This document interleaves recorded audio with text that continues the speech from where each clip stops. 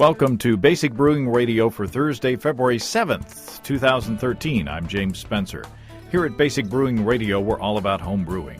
This week, Gary Glass, director of the American Homebrewers Association, talks about the National Homebrewers Conference, homebrew legislation in Mississippi and Alabama, and rules changes for the National Homebrew Competition.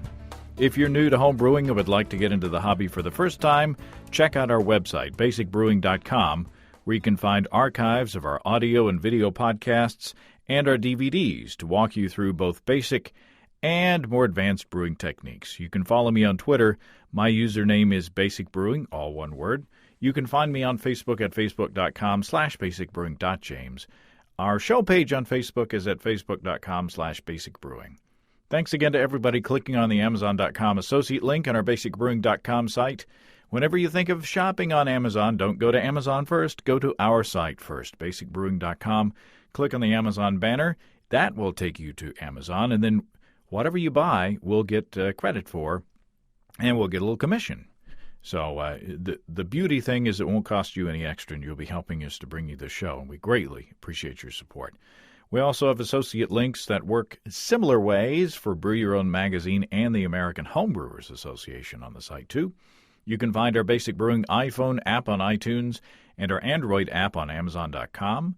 We are on the BlackBerry podcast directory, and we're on Stitcher as well, the Stitcher app. Check out our Basic Brewing Brewer's Logbook. It's got room to log the details of 50 batches of brew and a calendar in the front that you can use to track the progress of those brews throughout a full year. And the calendar is blank, so your brewing year can start at any time. BasicBrewingShop.com is where you can find that. We've got some time to read from the mailbag. Steve from Sydney, Australia, writes after hearing Chris Colby and me talking about milling grain. Steve says, I use a Marja mill made in Italy to crack my grain. It wasn't cheap, but it does a darn good job. It's a 3-roller system, 2 at the top and 1 underneath. All of the rollers move in a set ratio. It has 3 roller space settings, and I found that the best grind occurs between 2 of the preset positions. I disliked the small hopper, so after reading some forums, I found an answer, and that was going to be to the local hardware store. And I bought some plastic roof guttering pieces, one with the connection to a downpipe. Those pieces fit into the standardized hopper, and it can now hold about 3 kilograms or 6.5 pounds of grain, so about half of a normal batch for me. Oh, and when my wife gets all up on her organic food high horse, she uses it to grind flour, but that's rare. Now, I asked Steve what he likes about the 3-roller mill as opposed to a 2-roller mill, since Chris and I really didn't address the 3-roller mill option in that episode. And Steve said, for me, the advantage is certainly the control over the final milled size. The mill is designed for organic foodies to grind their own breakfast cereals and flours. This sort of range of product output gives quite a bit of flexibility to the home brewer in regard to different brewing methods. For example, my setting for brew in a bag is a lot finer than my batch sparge setting. The little dial on the side, after a little experimentation, makes adjusting very easy, and for those people who do not like hand milling, it can be easily converted to the powered drill method. Does this make 3 rollers better than 2? I believe I get a better control over the final product with minimum of variation between the mill characteristics of the final product. Very nice. Thanks, Steve.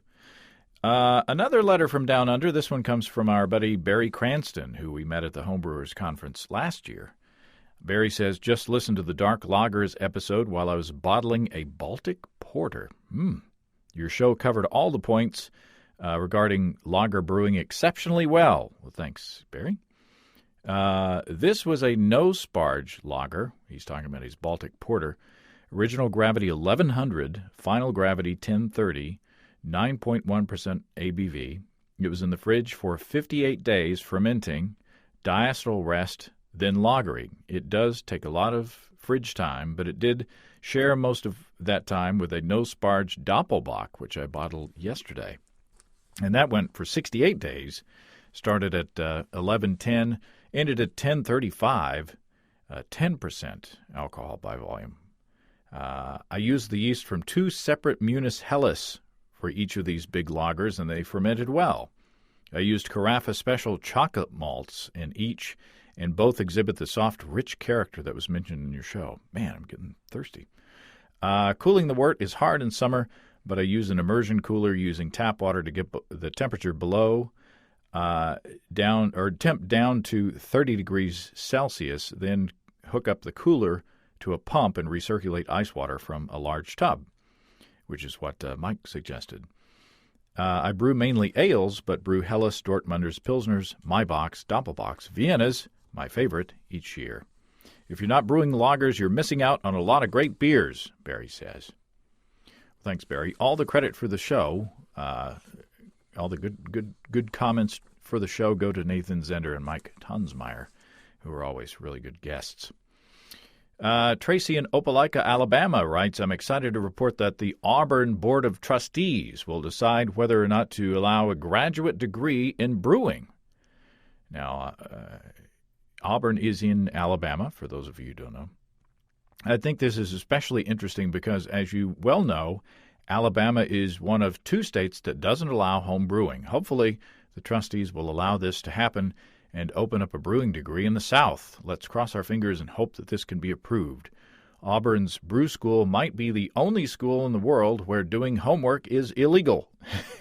Well, thanks for the story, Tracy. According to the news story, the Auburn Board of Trustees was to discuss the brewing degree at their meeting on the 1st of February. And I called down there, and initial information that I've received tells me that the board was favorable about it, about the brewing degree. Let's hope that information is correct. I'm waiting for confirmation. But we're running up against the deadline, and I want to get this out today. So anyway, let's hope that Alabama that Auburn both gets a degree in brewing, a graduate degree in brewing, and that Alabama passes the homebrew legislation that will legalize our favorite hobby down there. Well, that leads us nicely into our conversation with Gary Glass about homebrew legislation, homebrew competition, and the Homebrew Conference. Well, Gary Glass, welcome back to Basic Brewing Radio. Great to be on again. Thanks, James. Man, it's a busy week for you guys, huh? It sure is, yeah. Well, let's start out with the thing that most people are probably concerned about in the most urgent way, and that is the National Homebrew Conference. We're talking on Wednesday morning. The registration opened yesterday. How's it going? Well, it just sold out just a few minutes ago, actually. Wow. Yeah, so just under 20 hours. We sold out all of the registrations. We're still taking people for the wait list, and we'll certainly be able to get some people in through the wait list as things settle out. But yeah, that was by far the quickest sellout that we've ever had of the conference, and essentially we cut the time that it took to sell out by more than half from last year, because it took about 2 days last year. But we doubled the capacity for this year. So twice as many registrations sold in less than half the time. Wow. So how many folks are we talking about? 3,400 was our cap. Holy smokes. Yeah. Wow. Now that has some repercussions. I mean, that's a big group. It is a very big group, yes.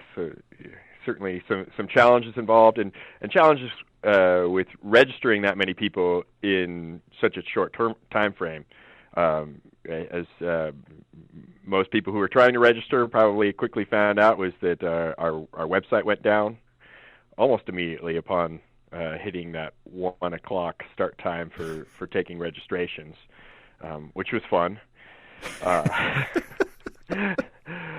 Turns out that it was more, we had warned our host provider that we were going to have a very heavy traffic day, and they had somewhat heeded that warning, but there were some technical issues that they hadn't anticipated, and so the website ended up going down, despite thinking we were prepared.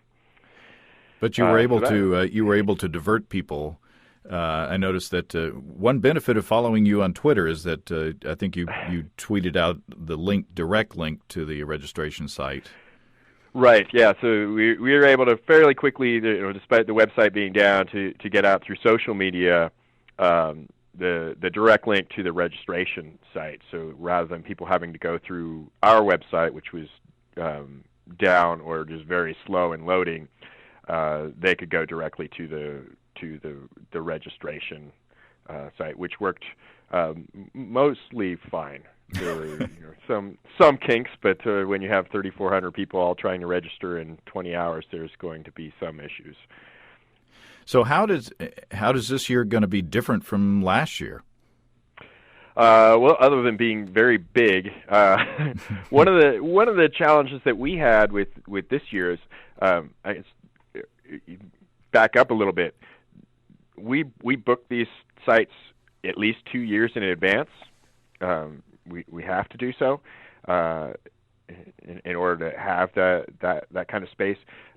So when we were working on in 2010, working on the 2010 conference, I was working on the contract for Philadelphia.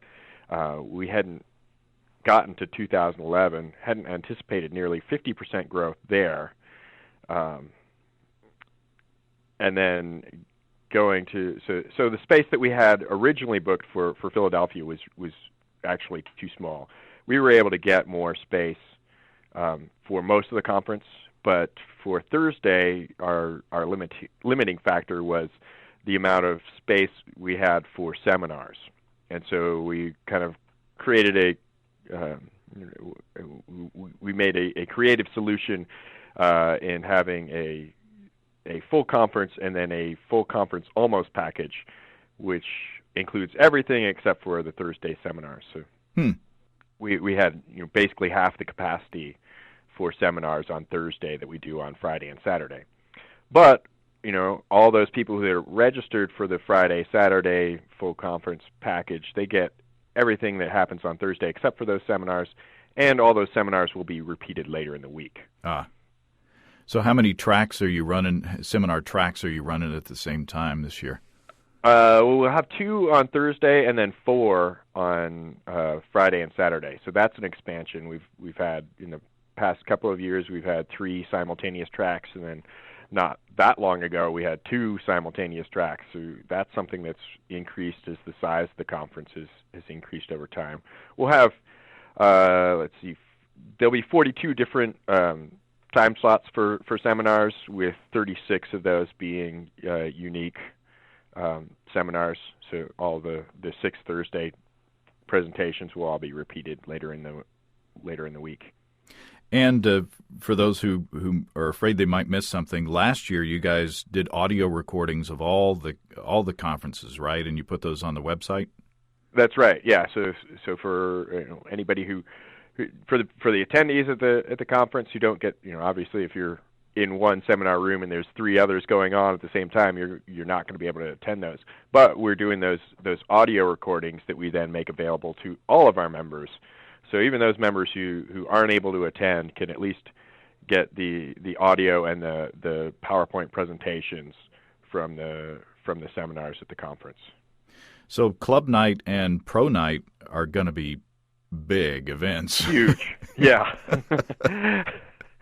Yeah, and one of the creative solutions we had for Thursday night, because we were limited on the amount of space we could have at the hotel, there's an adjoining convention center, and so we'll have Pro Brewers Night over at the convention center, which gives us a whole lot more space, so we can accommodate as many breweries as want to participate. Wow. And I think that, I started reserving the hotel room fairly early yesterday morning, and I had to wait for like half an hour on the phone, and then I snagged the last Tuesday hotel room at the conference rate. So do you have overflow accommodations all ready to go? Yeah, we were able to add an overflow hotel yesterday, since the hotel room filled up very quickly. We had on our peak nights we had 950 rooms at the Marriott, which is by far the most we've ever had at any hotel. And then so we were able to add rooms at the Courtyard Marriott, and then we have a couple of other hotels in the area with pending contracts that if need be we will continue to add more capacity that's right in that area. But the conference itself is in downtown Philadelphia, so there's a lot of hotels in and around that area. And what about the banquet? How many people are going to be seated there? 2,200. That's a big room, so too. that's 1,000 more than what we had in the room in 2012. If you can picture that. And Sean Paxton, is he still going to be in charge? Absolutely. Sean Paxton will be working with Rogue again and the hotel chefs to make a meal not only paired with beers but made with Rogue beer. So all of the courses will have beer in the food itself. Well, you can't find a guy who's more passionate about beer and food than Sean Paxton, the homebrew chef, for sure. No, not at all. And it's been so great working with him. And I think one of the things that the hotels don't get at first, but come away with is their staff, through working with Sean, becomes more knowledgeable about using beer as an ingredient in food preparation and beer and food pairing. So having this conference at these hotels kind of elevates the knowledge of beer and food, just by the nature of all of these the hotel chefs having that exposure to someone like Sean Paxton. And he's a nice guy too. He's a great guy, yeah. So outside of the venue, what's going on in Philadelphia? Well, the local committee is putting together some pre-conference events. I don't have a lot of details on those, but we'll be getting those posted onto the website. And for anybody who's never been to Philadelphia, Philadelphia is a great beer city. There are lots of beer venues within walking distance of this hotel. The beauty of this, the Philadelphia Marriott is right in the center of downtown, which we haven't really had that kind of opportunity in the past. One of the benefits of booking 2 years in advance is that when I was booking this hotel, we were in the middle of a recession, and so I was able to get a $137 room rate for our attendees, which, if I were trying to book that hotel right now, there's no way I would get that rate. So thankfully we're able to be in a downtown location and have a reasonable room rate. So that affords a lot of beer options for people who just want to walk to. You can walk to Monk's Cafe from the hotel. The Notting Head Brewery is just a few blocks away. It's right across the street from Reading Terminal Market, which is this amazing venue with any kind of food imaginable on earth available from vendors. It's kind of like a giant farmer's market right in the heart of Philadelphia. But in addition to that, there will be, the local committee is planning on some brewery tours. Obviously, there are a lot of great breweries in that area and a lot of new breweries that are popping up. So there'll be a lot to do for sure. And is next year's, is 2014 a secret? No. We will be in Grand Rapids, Michigan, in 2014. Cool. Which I thought it was super cool that shortly after I booked that contract, the Charlie Papazian's Examiner poll named it or a tie for Beer City, USA. So that's going to be another great venue for the conference, and lots of really excellent breweries right in that area where the conference will be. Awesome. I had heard a rumor that it was there, but I didn't know, if it was out yet or what. I mean, in the past it's been a secret, and it's been revealed at the banquet. Right. Yeah. That was in the past. In the past, we did have to. We actually had to do a lot of marketing to make sure that we got people to the conference, and that's not really so much an issue anymore. So. Yeah, that's but I mean, in a way, it's good that there's so many people to get all those homebrewers in one place, but it limits you. As it's kind of like, the big new jumbo jets that they're trying to build. There are only so many airports that those can go to. They can handle all those people, and so you guys having all those homebrewers at once it narrows down the places where you can go in the future. Yeah, and that's a good analogy there. It is going to be a big challenge for us as our membership grows. My goal is always to serve as many of our members as possible. We want as many people who want to attend the conference to be able to attend as possible. But getting up to these numbers of 3,000 and beyond, you are kind of looking at the more convention center type of locations that would have that kind of capacity, and in the bigger cities. And so, we were fortunate in Philadelphia that at the time that I was booking, we were able to get a $137 room rate. But in a lot of those places that have that kind of capacity for hotel rooms and convention space, the bigger cities like your New York Cities and Boston and San Francisco, those are all going to have very high room rates. And so trying to find a venue that has the capacity and yet is affordable enough for the majority of AHA members to conceivably be able to attend, that's going to be our big challenge going forward. Yeah. And these are, people bring their families, so it's you got a lot to think about. Yeah. Well, let's talk about. I'm really excited about the conference, and I looked this morning on the conference homepage, and there was a graphic. The banner graphic at the top had Andy Sparks in it. So I was like, hey, it's a sign. It's going to be a good year. Let's talk about what's going on in Mississippi and Alabama. Things are moving this year. Yeah, things are definitely moving. The Mississippi legislative session started earlier than Alabama, so that's progressed a little further at this point. In Mississippi, there were bills that were introduced in both the House and Senate. In fact, there were multiple bills introduced in the House, and bills in both House and Senate have cleared committees, which is the first time that a homebrew bill has ever cleared a committee, at least since I think it was in the 1930s when they legalized home winemaking. So that's a huge milestone. And the other thing with Mississippi is that last year Mississippi passed legislation that increased the allowable alcohol in beer. And these both the homebrew bill and that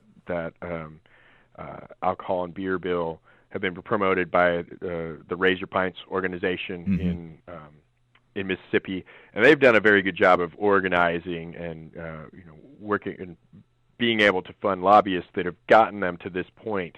Whereas a few years ago it was just pretty much inconceivable that you would pass anything related to alcohol in a state like Mississippi, but now we've kind of broken down those barriers thanks to the work of Raise Your Pints, and so I think we have a very real chance of getting these bills passed. They cleared committee very quickly, and they're now set to go for a vote before the full chambers in the House and Senate. Any date on that? No, that's kind of the keeping us on the edge of our seats to see when these bills will be scheduled for a vote. But it's going to happen sometime before the 14th. So coming up quick. That would be next week. And you got to take some credit yourself, Gary, because you went down there and helped those guys out. Yeah, I did. I was fortunate to be invited to a Raise Your Pints event where they were serving homebrew from homebrewers from all across the state, and they invited legislators and government staffers to the event. I was really impressed with the quality of the homebrewers that were being made in Mississippi, and that were served to these legislators, and you could tell that they were having a great time and enjoying these illegal beverages. It was kind of an amusing thing, and Raise Your Pints officers had to overcome a major obstacle at the last minute when the host venue, there was a brew pub there in Jackson, Mississippi, that kind of pulled out at the last minute. I think they probably figured out that their license might be in jeopardy if they're serving illegal alcohol, even if it is being served to legislators. So it ended up being at a local Episcopal church. Oh. Which was just down a few blocks away, so they were a little concerned about people not being able to find it, but the venue worked out great. The homebrewers there were super enthusiastic, and it was an opportunity for me to meet with the bill sponsors and kind of talk about the bigger picture of homebrewing and give them some talking points that they could use in promoting their legislation. So really great event, and I was so pleased to be able to be a part of that. And then in Alabama, it had either gone into committee yesterday or it passed. I can't remember. I'll have to look that up. Yeah, I'm not exactly certain. I didn't check the status this morning yet, but I know that I believe it was, I can't remember if it was the Senate or House version that has been formally introduced. I don't know if it's actually gone through a committee hearing yet or not.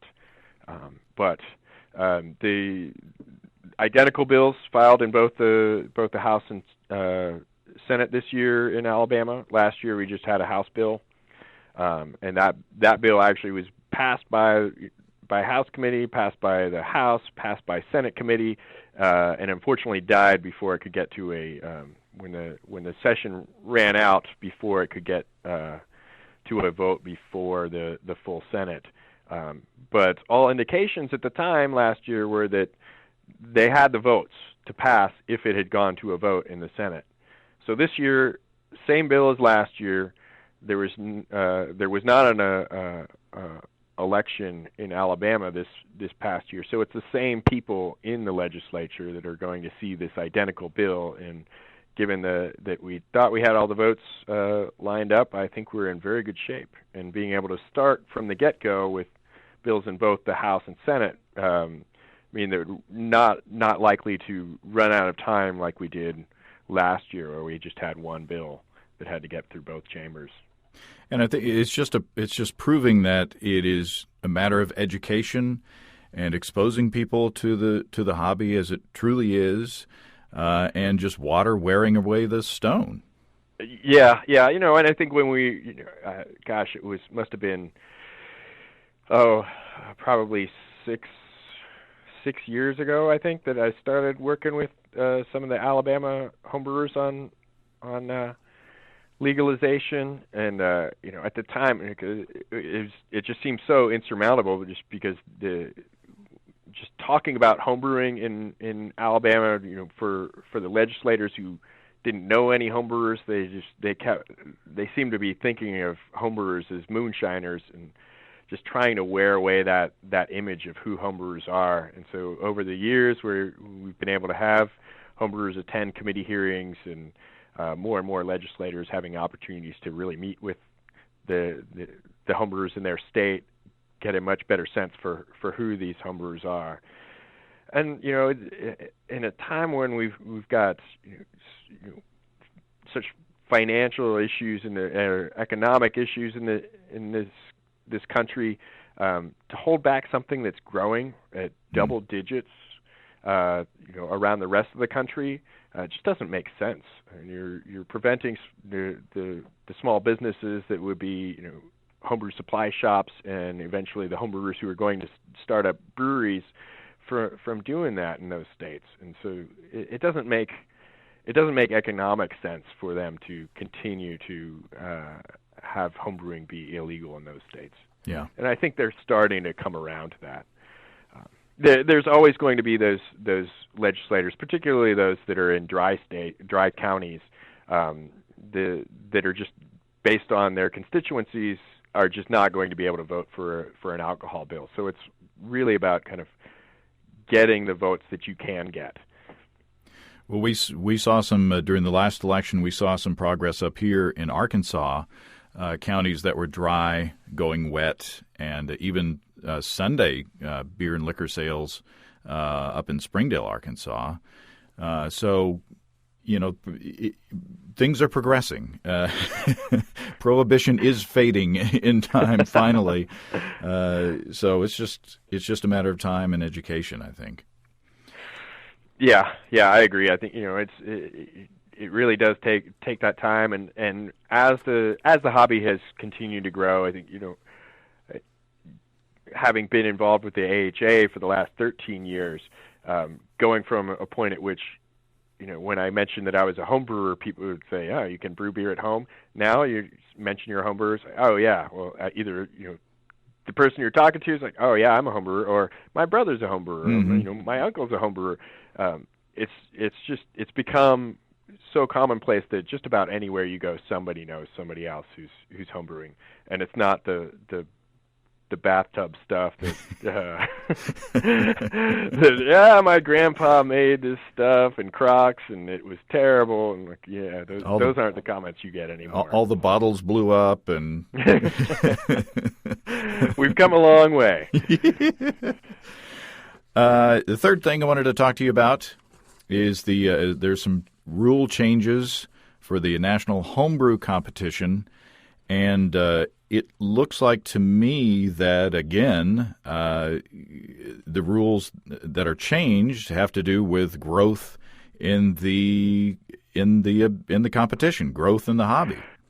Right. Yeah. Last year we sold out the competition in just under 2 days.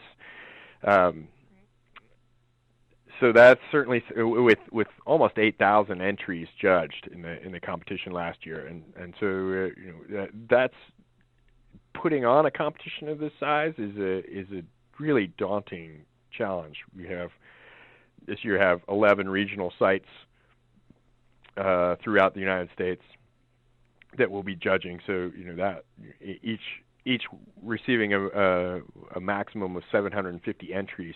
Those managing all those competitions all at the same time is a huge challenge, and doing so in a way that wanting to ensure the quality of the judging. And so, after this year's competition, the competition subcommittee of the governing committee sat down and kind of looked over the entire competition, looking for ways to make it so that we could accommodate more entries while ensuring the quality of the judging. So that's the mindset in looking at these the changes that we made to the competition this year. So there's a new entry cap. Each entrant may submit no more than 15 entries. There's an addition of the 11th judging site, as you said. Requirement of 2 bottles per entry for all first-round entries. Implementation of a new database and entry registration software. An entry fee increase of an additional $2 per entry. And there's also more specific criteria for the Ninkasi Award tiebreaker. So there are more details on all those on the AHA site, homebrewersassociation.org. But it sounds it's just growing pains again. Yeah, I mean they're good problems to have, but they're very challenging. And again, it's like we want to accommodate as many of the members of the American Homebrewers Association as possible, but do so in a responsible way so that we're not compromising the quality of the competition. So added another U.S. judging site in. So we're now up to 11, which increases our capacity for entries in the first round. the cap on the number of entries. So that's a first. It won't affect the majority of the entrants, but it will allow us to accommodate more entrants based on the minority of entrants that were entering more than 15 entries. And so with that, trying to strike a compromise between not being overly restrictive, but making a rule that will allow more people to enter the competition. 15 entries seems generous to me. It does to me as well. But there are people who were entering more, and some who were entering quite a bit more. And of course, I mean, they want the opportunity to compete with all of their entries. And so yeah, it was striking a compromise. And as always, once this competition's over with, we'll review how these changes affected the competition and look at how we can continue to improve it in the future. Well, there you go. Anything else on the agenda, Gary? Well, I would say the entry fee increase. That's what we're doing with that is putting more money into the first round judging sites. One of the challenges we have with the competition now that annually there were well over 400 competitions throughout the country that are registered with the AHA and BJCP. Wow. And so you've got these 400 plus competitions that are all competing for judges, and there's a limited judge pool. So one of the things that we're looking to do is to improve upon the experience of the competition organizers and the judges to make it more of something that the judges really want to go to. Mm-hmm. So that $2 entry fee is primarily going into those first round sites to make them just a better experience for the organizers and judges, which ultimately will make it a better experience for the entrants if the quality of the judging goes up. I don't know if did you mention the 2 bottles per entry? Yes. That was another rule change, and as the competition has grown in categories, particularly like really large categories like the stout category and the IPA category, we have so many entries, and with 1 bottle per entry, you've got multiple sets of judges that are judging those entries and then having to recap them. And at some point later, could be 3 hours later, you're doing a mini best of show with half a bottle that's been sitting around for getting warm and losing its carbonation.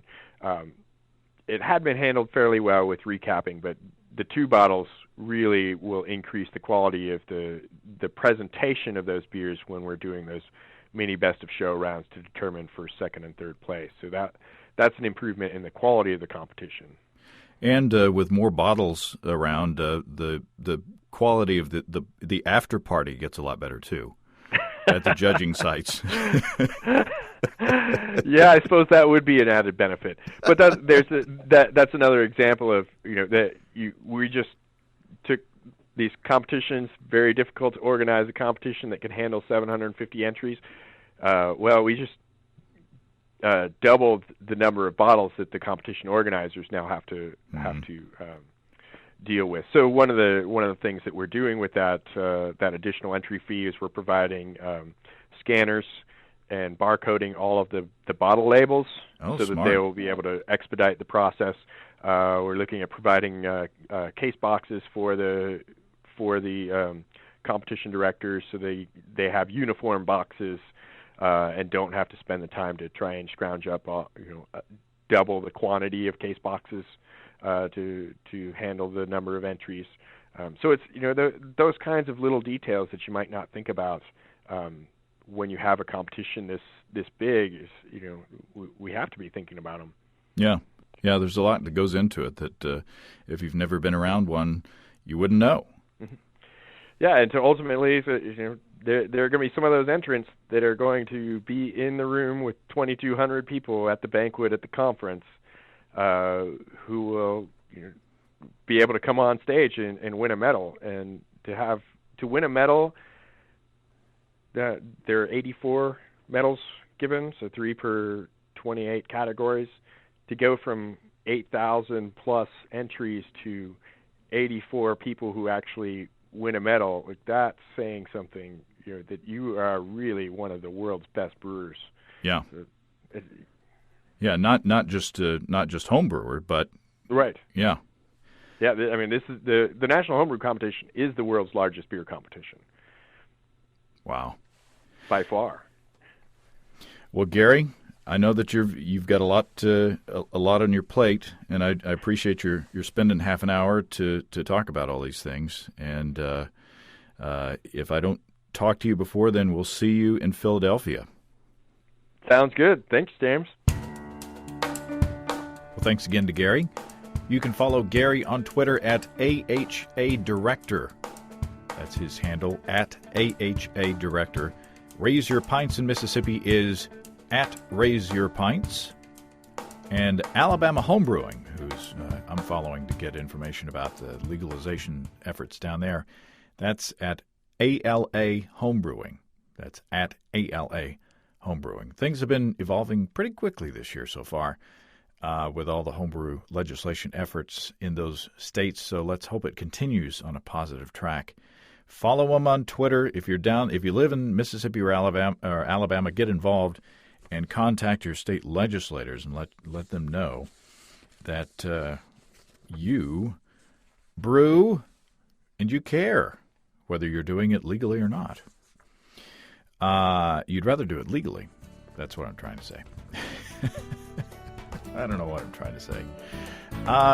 If you can figure it out, or if you have brewing questions, show suggestions, or just want to say howdy, write to james@basicbrewing.com, or just fill out the contact form on basicbrewing.com. And please don't forget to tell us where you're from. Be sure to check out our DVDs, Extract Brewing and Partial Mashing, Stepping into All Grain, Low-Tech Lagering and Decoction Mashing, and Introduction to Wine Kits. You can find them all on our site. We've got combo deals to save you a few bucks if you want to buy more than one DVD at a time. You can check out our Basic Brewing shirts in the store, too. Our Brewers Logbooks are in the store as well. Keep track of up to 50 batches of beer. And it won't matter if you splash a little wort on them beside the brew pot. You can't do that with a laptop or a phone or a tablet. You can see a listing of unless it's a big chief tablet. You can see a listing of the fine folks across the country who sell our DVDs on basicbrewing.com. And if there isn't a vendor in your area, you can order them online in our online shop at basicbrewingshop.com. Thanks to everybody who's continued to click on our Amazon.com link. We appreciate the support there.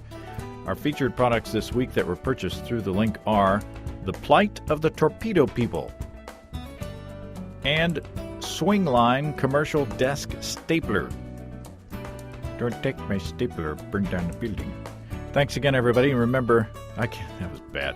I can't tell who bought what, so no worries there. Just click out the Amazon.com logo on our site the next time you feel like Amazon shopping. We appreciate your support. Don't take my stapler. And don't forget you can also join the American Homebrewers Association or subscribe to Brew Your Own magazine through the associate links on basicbrewing.com.